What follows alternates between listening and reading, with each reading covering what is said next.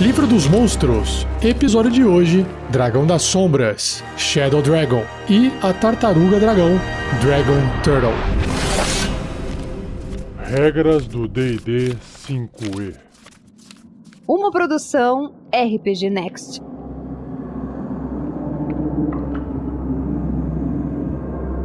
Começando então o episódio de hoje com a descrição da imagem que tem no Livro dos Monstros do D&D quinta edição, o Dragão das Sombras parece estar no ar, ou saltando ou voando, quase que em direção ao leitor. Esse dragão ele possui uma pele escura, por ser da sombra, obviamente, mas um pouco metalizado, que deixa ele bem bonito. As escamas dele parecem ser bem encaixadas no corpo, uma do lado da outra, assim como o seu chifre parece ter pedacinhos, um em cima do outro, saindo bem de próximo da ponta do nariz e indo até atrás da cabeça. Seus olhos têm um pequeno brilho, assim como a sua boca, um brilho azulado. E por fim, suas asas pretas, no final, parece se desfazer em sombra, assim como algo que sai em forma de fumaça na ponta de sua cauda e nas patas.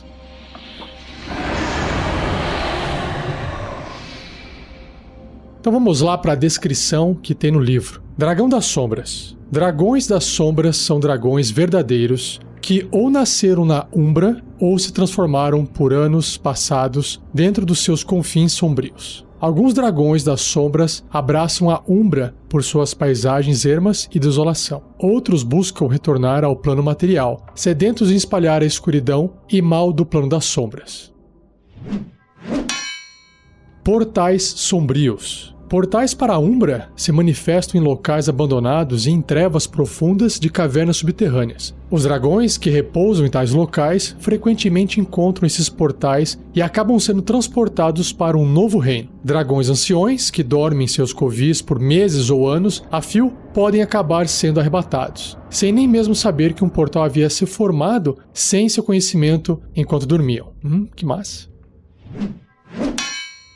Reformado em sombras. A transformação de um dragão das sombras acontece num período de anos, durante o qual as escamas do dragão perdem seu lustre e adquirem um matiz de carvão. Suas asas de couro tornam-se translúcidas, seus olhos empalidecem, tornando-se poços de cinza opalescentes. Os dragões das sombras consideram a luz solar detestável, e eles ficam mais fracos sob a luz plena do que sob a escuridão. A escuridão faz o dragão se tornar uma sombra espectral do seu eu anterior. A natureza mágica dos dragões detém uma atração pela Umbra, que parece, de alguma forma, desejar a força e majestade desses grandes répteis. A Umbra também causa um efeito desalentador em seus habitantes, de tal forma que, quanto mais tempo uma criatura permanece no plano, mais adaptada ao mal-estar do plano ela fica. Quando meses e anos se passarem para um dragão na Umbra, ele se tornará consciente da transformação que ocorre com ele, e mesmo assim, não poderá fazer nada para impedi-la. De volta ao mundo. Um dragão das sombras está tão impregnado com o poder da Umbra que mesmo retornar para o plano material não poderá desfazer a transformação. Alguns dragões das sombras tentam atrair outras criaturas do reino mortal de volta para a Umbra, para que lhe façam companhia, pelo menos até se cansarem de seus convidados e devorá-los. Outros ficam felizes por deixarem a Umbra para trás para sempre, entendendo que tesouros e poder são mais fáceis de conseguir no plano material. Se eu fosse resumir aqui a descrição, lembra um pouco o dragão que poderia viver no Upside Down, lá do mundo do Stranger Things.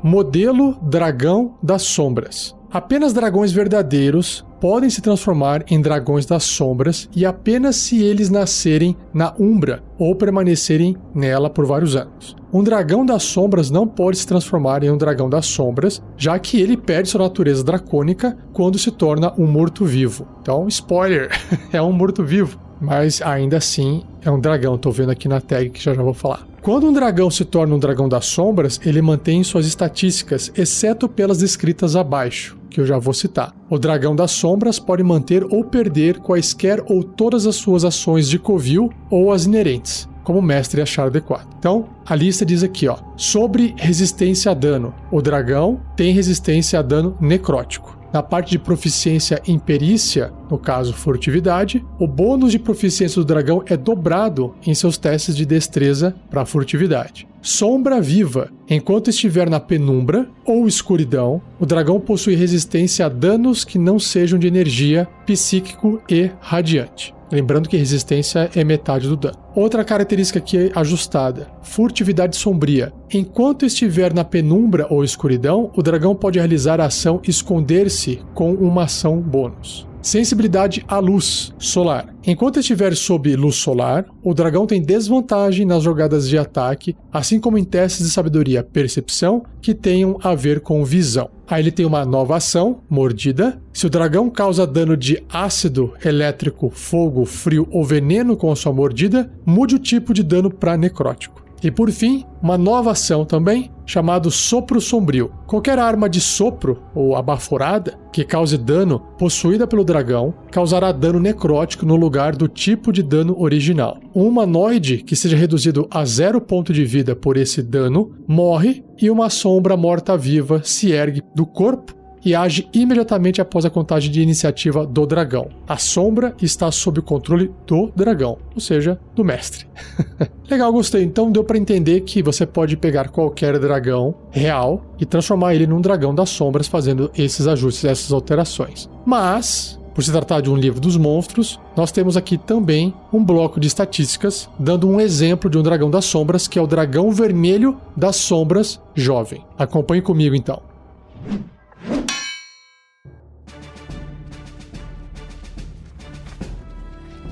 Então, como eu disse, aqui tem um exemplo de um dragão vermelho que era jovem e se transformou, ou sei lá, ele nasceu ali dentro da Umbra, ou passou muito tempo dentro da Umbra e se tornou um dragão vermelho das sombras jovem. Talvez ele tenha nascido um dragão vermelho filhote e aí foi crescendo até ficar jovem e aí se tornou das sombras. Então ele é um dragão grande, caótico e mau. Sua classe de armadura é 18, uma armadura natural. Pontos de vida 178. O deslocamento é 12 metros no chão, ou 40 pés. O mesmo para escalada, 12 metros também, que é o climb. E voando são 24 metros, o dobro, 80 pés. Sobre os seus atributos físicos e mentais, então ele é forte, né? Tem força 23, já a destreza é na média 10 e constituição também bem alta, 21. E já sobre os atributos mentais um pouquinho mais baixo, mas ainda assim acima da média, inteligência 14, sabedoria 11, então tá na média de um ser humano, e carisma 19, que é bem alto. Em testes de resistência ele tem para destreza mais 4, constituição mais 9, que é o maior valor, e aí sabedoria mais 4 e carisma, segundo maior valor, mais 8. E perícias ele tem furtividade, que é mais 8, e percepção, que é mais 8. Então, dois bônus bastante altos para poder se esconder e para poder perceber. Ele tem resistência a dano necrótico e imunidade a dano de fogo. Então, ele mantém a imunidade da cor que ele tinha antes de virar um dragão das sombras. Sobre os seus sentidos, percepção às cegas de 9 metros ou 30 pés, visão no escuro, que é o Dark Vision, máximo de 120 pés, 36 metros, e claro que a sua percepção passiva é de 18, que é 10, mais o bônus de percepção de mais 8. Sobre os idiomas, mesmo de quando ele era um dragão normal, comum e dracônico, e seu nível de desafio é 13, concedendo 10 mil pontos de experiência. Sobre suas habilidades, então ele tem aqui Sombra Viva, que é o que foi descrito anteriormente, mas como está descrito dentro do bloco de estatísticas, eu vou repetir, ó. Sombra Viva. Enquanto estiver na penumbra ou escuridão, o dragão possui resistência a danos que não sejam de energia, que é tipo força, psíquico e radiante. Ele também tem a furtividade sombria. Enquanto estiver na penumbra ou escuridão, o dragão pode realizar a ação esconder-se, o hide, com uma ação bônus. Isso é muito eficaz porque ele pode ainda usar sua ação para realizar um ataque de uma posição escondida, o que concede para ele vantagem, por exemplo. Sensibilidade à luz solar, no entanto, o ponto fraco é esse, né? Quando estiver sob luz solar, o dragão tem desvantagem nas jogadas de ataque, assim como em testes de sabedoria, percepção, que tem a ver com visão.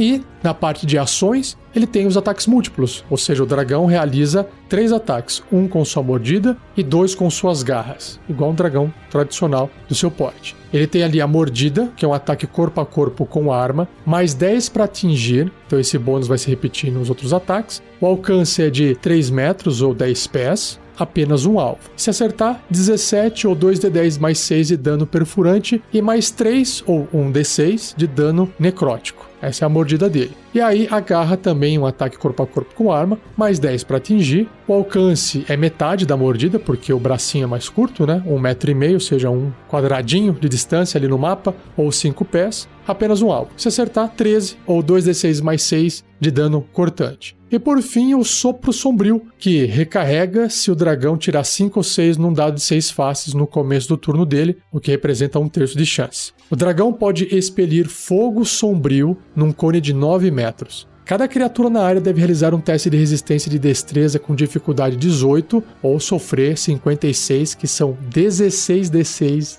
de dano necrótico se falhar na resistência. Então imagina ali um fogo que tem uma aparência de uma fumaça, né? É o dano necrótico desse sopro de fogo sombrio. Ou, se passar nesse teste, recebe só metade desse dano. Um humanoide reduzido a 0 ponto de vida por esse dano morre e uma sombra morta-viva se ergue do corpo e age imediatamente após a contagem de iniciativa do dragão. Essa sombra está sob o controle do dragão. Então, esse é o Dragão das Sombras. Lembrando que ele adquiriu essa característica de morto-vivo, mas a tag, o marcador dele, ainda é dragão. Então, para todos os efeitos de jogo, mecânicos, ele é considerado um dragão, apesar de ter essas características de morto-vivo, ok? Bom, espero que você tenha gostado do Dragão das Sombras. Eu não sabia que era um tipo de dragão que poderia ser aplicado a qualquer outro dragão. Achava que era uma criatura nova, mas basicamente é uma alteração de um dragão real. Achei muito legal e tá na hora de eu dar a minha ideia de aventura usando essa categoria de dragão.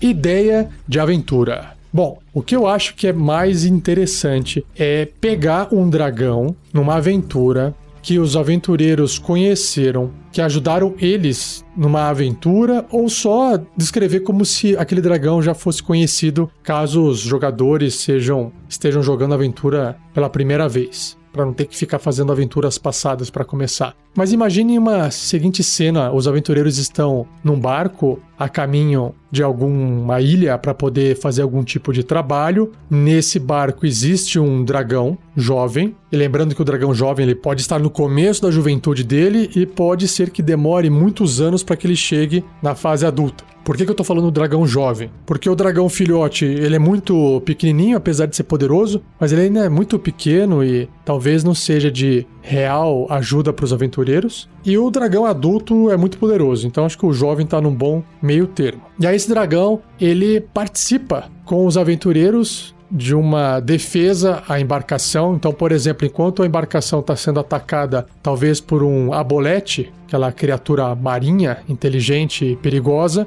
ao mesmo tempo ela pode estar sofrendo algum tipo de invasão de criaturas menores para que os aventureiros possam lutar contra essas criaturas aquáticas menores. E aí o dragão, que pode ser um dragão bondoso, um dragão que seja metálico, pode ser o dragão de ouro, o dragão de bronze, o dragão de prata, enfim, depende da ambientação da sua aventura. E aí esse dragão que é jovem, ele tá ali lutando contra o abolete, enquanto as criaturas menores que invadiram o barco estão lutando contra os aventureiros. E o dragão não pode soltar sua baforada em área, senão ele acaba pegando os seus amigos e matando todo mundo. Então a luta fica dividida. Mas aí o que acontece? Pode ser que esse dragão seja capturado de alguma forma pelo abolete ou alguma outra criatura aquática que possa fazer sentido. E esse dragão, é importante que seja um dragão que consiga respirar embaixo d'água, que seja anfíbio, tá? Para não matar ele afogado. Mas talvez ele seja arrastado para dentro d'água e ele desaparece, tá?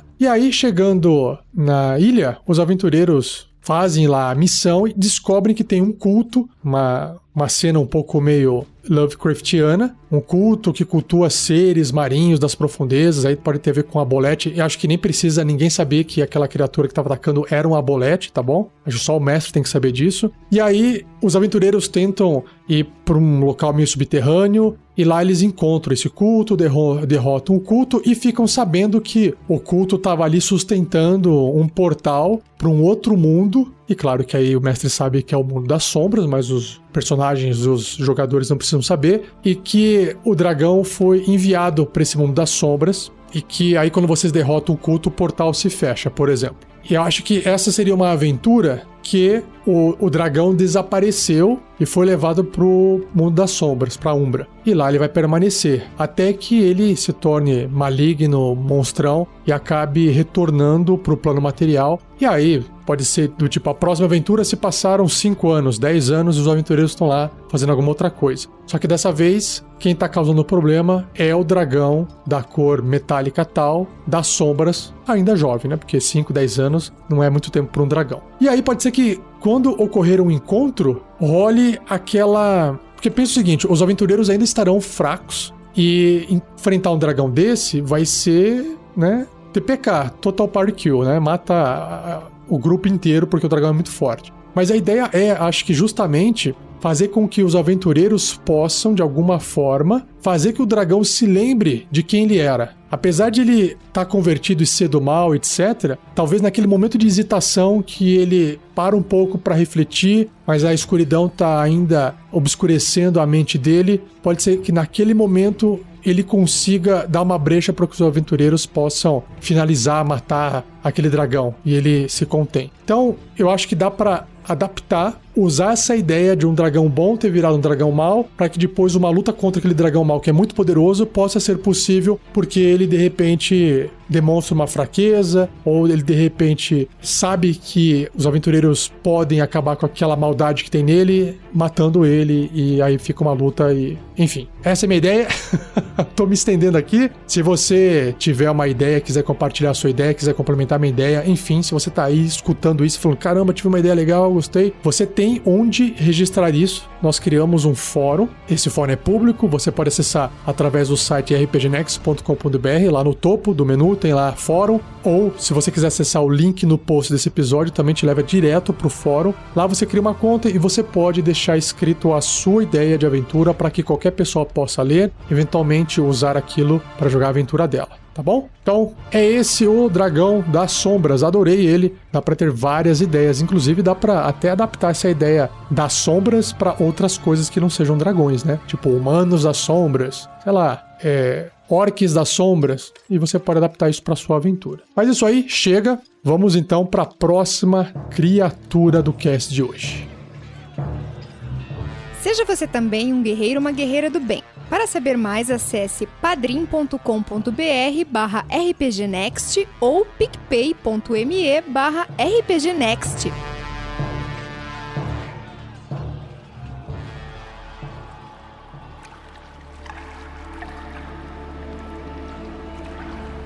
Tartaruga Dragão, ou Dragon Turtle. A ilustração que tem no livro é bem legal. Imagine uma tartaruga gigantona, gigante, maior do que um barco, embaixo d'água. Inclusive tem até um tubarão nadando do lado dela para você ter uma noção do tamanho. E o tubarão é mais ou menos o tamanho do bracinho dela, para você ver o tamanho como é gigante. E essa tartaruga está subindo, abrindo a boca, com a sua boca cheia de dentes pontiagudos e uma carapaça grossa como pele. E ela está indo em direção a um barco que está na superfície, um barco de madeira, uma caravela, um barco medieval. Essa é a ilustração da tartaruga dragão. E a descrição do livro diz o seguinte sobre ela. As tartarugas dragão estão dentre as criaturas mais assustadoras dos oceanos, tão grande e voraz quanto as mais antigas espécimes de dragões terrestres. Uma tartaruga dragão ataca com suas mandíbulas mortais, sopro de vapor e cauda esmagadora. O casco rígido de uma tartaruga dragão tem a mesma cor verde escuro das águas profundas onde esse monstro vive. Realces prateados revestindo o casco se assemelham a luzes dançando sobre o mar aberto e a superfície da tartaruga dragão. Às vezes é confundida pelo reflexo do sol ou da lua das ondas. Dragões das profundezas. Como dragões verdadeiros, as tartarugas dragão coletam tesouros, primeiro afundando navios e depois peneirando os destroços atrás de moedas e itens preciosos. Uma tartaruga dragão engole o tesouro para transportá-lo, depois, regurgitando quando chega ao seu covil. Fiquei assustado aqui nessa parte, como é que ela ia tirar o tesouro de dentro dela. As tartarugas dragão habitam em cavernas escondidas, em recifes de coral, sob o fundo do mar ou em trechos de costa acidentada. Se uma caverna escolhida já estiver sendo habitada, uma tartaruga dragão atacará seus residentes atuais em uma tentativa de tomar a caverna. Monstros mercenários. Eita. Uma tartaruga-dragão é esperta o suficiente para ser subornada e piratas que naveguem mares patrulhados por essas criaturas rapidamente preferem a oferecer-lhes tesouros em troca de passagem segura. Deixa eu ver a inteligência dela aqui. Inteligência 10 é a inteligência de um ser humano. Legal. Sahuagin ou Sahuagin, que são criaturas do mar, criaturas que eu vou apresentar para vocês mais para frente. Astuto às vezes se aliam às tartarugas dragão, seduzindo-as com tesouros para usar suas armas de sopro e causticantes em assaltos Sahuagin ou Sahuagin contra navios e colônias costeiras. Bacana, bacana, já dá para fazer uma party aí de saqueadores. E por fim, força elemental. As tartarugas dragão às vezes encontram caminhos através de brechas planares submersas para o plano elemental da água. Essas espécimes monstruosas podem frequentemente ser encontradas servindo marids ou marids que constroem magníficos tronos de coral nas costas das tartarugas dragão, olha que legal, e cavalgam-nas como montarias. Uau, imagina essa cena, que bacana. Então é isso, vamos descobrir agora sobre o seu bloco de estatísticas.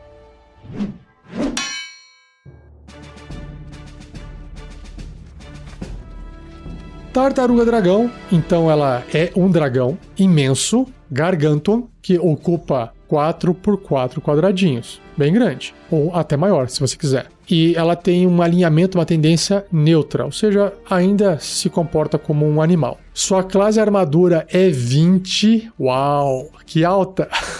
Armadura natural. Seus pontos de vida, 341, caramba, quantos pontos! E aí, o seu deslocamento é de 6 metros, se estiver em terra, ou 20 pés, então ela é meio lerdinha, ou nadando, 40 pés, 12 metros. Sobre os seus atributos, físicos e mentais, força, 25, então, bem forte. Destreza, 10, assim como todo dragão meio lerdo, né? Ou seja, mas tá na média, tá na média. Agora, constituição, 20 pontos, bem forte, bem alto. Inteligência 10, como eu já havia citado, ou seja, ela tem uma inteligência de um ser humano padrão. Sabedoria 12, um pouquinho acima da média, e carisma 12. Então ela é uma criatura inteligente o suficiente para poder negociar. Agora, testes de resistência, ela tem destreza mais 6, que é ok. Agora, constituição mais 11, bem alto, né? Porque sua constituição é alta. E sabedoria mais 7. Ela tem resistência a dano de fogo. Olha só que legal, apesar de ser uma criatura aquática, né? Quem diria que ela seria resistente a fogo? Sentidos, ela tem visão no escuro 36 metros, que é o maior que tem,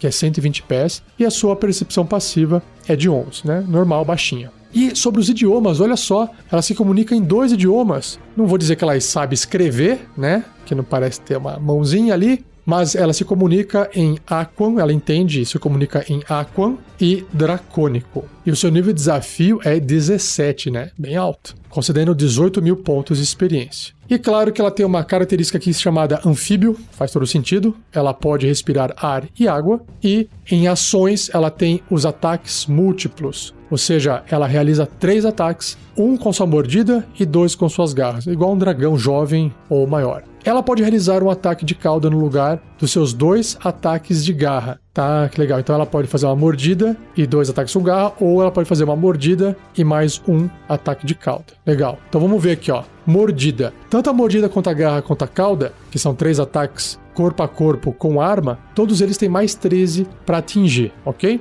Então vamos ver o alcance, o dano e o tipo de dano que eles causam. Então, a mordida é um alcance de 4,5 metros, ou seja, 3 quadradinhos, o que vale a 15 pés, apenas um alvo. Se acertar a mordida, vai causar 26 ou 3d12 mais 7 de dano perfurante. Já a garra, o alcance um pouquinho mais curto, 3 metros, 2 quadradinhos ou 10 pés, apenas um alvo. Se acertar, 16 ou 2d8 mais 7 de dano cortante. Então a garra causa um dano menor do que a mordida. E a cauda, ela volta a ter um alcance maior, 4,5 metros, 3 quadradinhos, apenas um alvo, e causa o mesmo dano da mordida, só que o dano é de contusão ao invés de ser perfurante, ou seja, é um dano de pancada. Só que tem mais. Se o alvo for uma criatura, ela deve ser bem sucedida num teste de resistência de força com dificuldade 20, ou será empurrada até 3 metros para longe da tartaruga dragão e cairá no chão. Então ela consegue empurrar as criaturas para trás se elas falharem nesse teste. E convenhamos, né? Teste de resistência de força com dificuldade 20 é suficientemente alto para empurrar a maioria das criaturas 3 metros para trás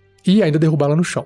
E por fim, o sopro de vapor, assim como todo dragão tem um tipo de sopro, né? No caso dela é um sopro de vapor, que recarrega se tirar 5 ou 6 num dado de 6 faces no início do turno dela. A tartaruga dragão expele vapor escaldante num cone de 18 metros, que são 60 pés, e cada criatura nessa área deve realizar um teste de resistência de destreza com dificuldade 19, uau, sofrendo 52 ou 15 D6 de dano de fogo. Uau, o dano é fogo, apesar de ser uma água, tá escaldante, então é fogo, caso fracassem, ou metade desse dano caso obtenham sucesso. Estar dentro da água não confere resistência contra esse dano, porque tem a ver com calor. E a ideia de ser um vapor escaldante justamente é isso. Se você estiver dentro da água, a água vai ferver em volta de você e você vai sofrer queimaduras, certo? Perfeito. Tá aí o bloco de estatísticas da tartaruga dragão. Vamos agora para a ideia de aventuras.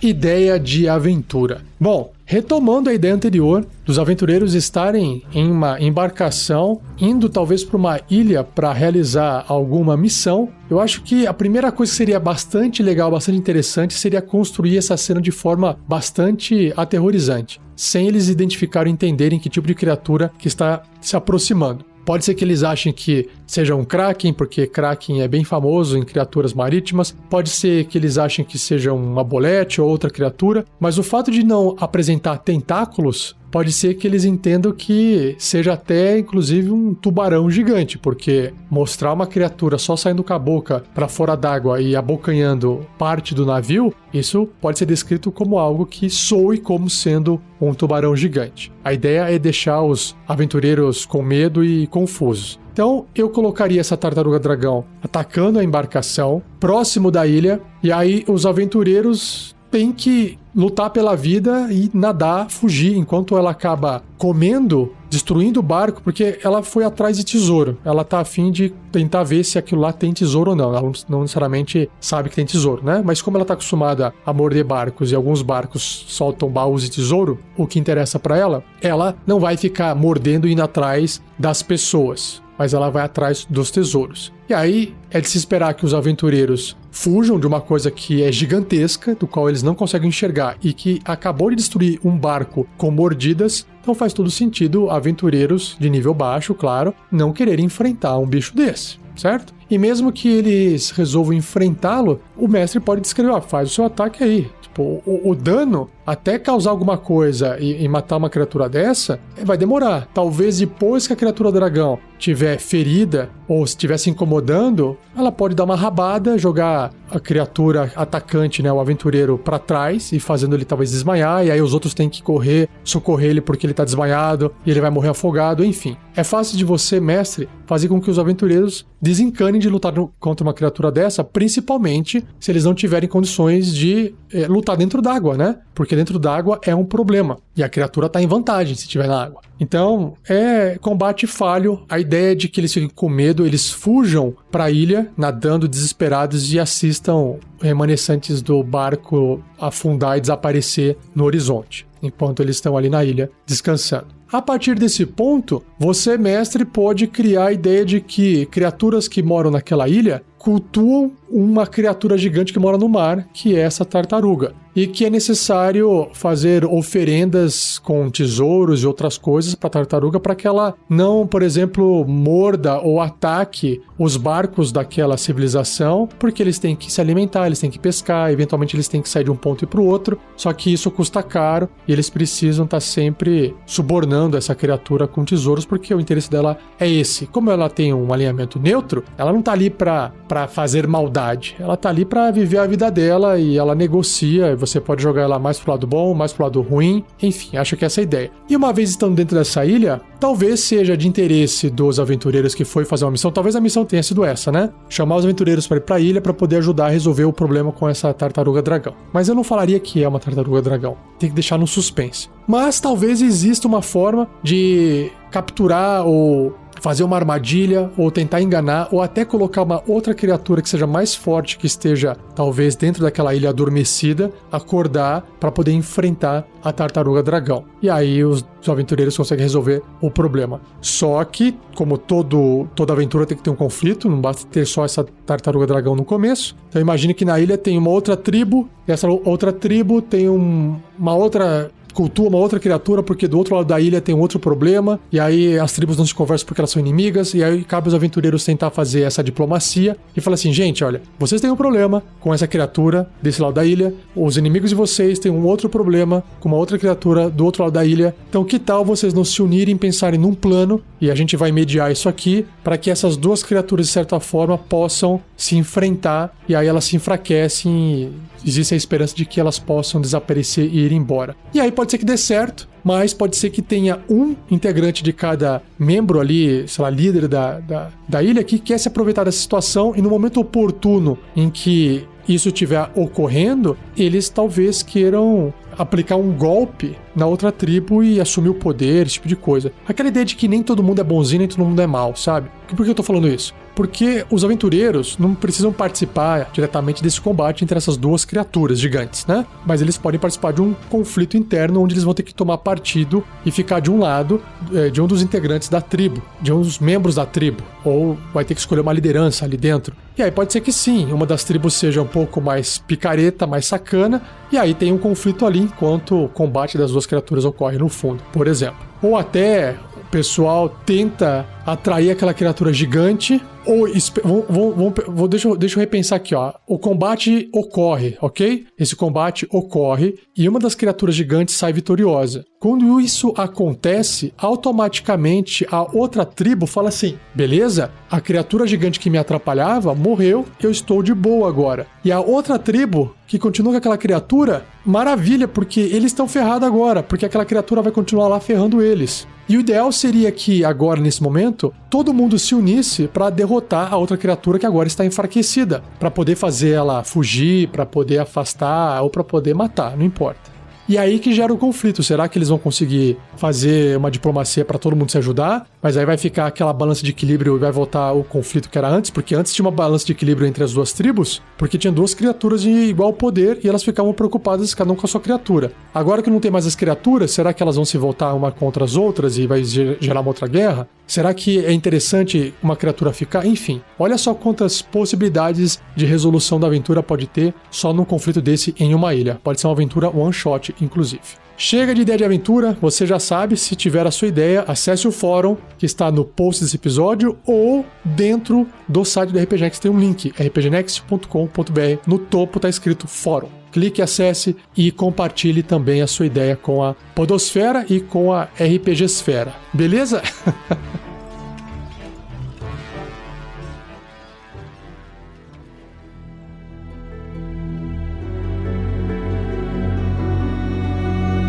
E assim eu encerro mais um episódio do Regras do D&D 5e. Espero que você tenha gostado. Não se esqueça de compartilhar, é importantíssimo para ajudar no projeto. E você já sabe, tem dúvida? Escreva para mim, rafael47@rpgnext.com.br. Eu pretendo selecionar algumas dúvidas e fazer um episódio especial respondendo as dúvidas dos leitores e dos ouvintes. Tá bom? Além do mais, não se esqueçam de que esse episódio foi editado por Gleico Vieira Pereira. Valeu, Gleico! E por fim, visite nossas redes sociais, se você não conhece, dá uma olhada. Nós estamos no Facebook, no Twitter, no Instagram, no YouTube, estamos também na Twitch TV, nós também estamos no Pinterest, com imagens de artes dos fãs por lá. Dê uma conferida. E claro que não perca o próximo episódio, onde eu irei abordar 3 criaturas, 3 monstros. A Dryder, ou Dryder em inglês, a Dríade e o Duergar. Se você não conhece o que são esses nomes, não perca o próximo episódio. Beleza? Então é isso. Obrigado, um abraço e até o próximo episódio.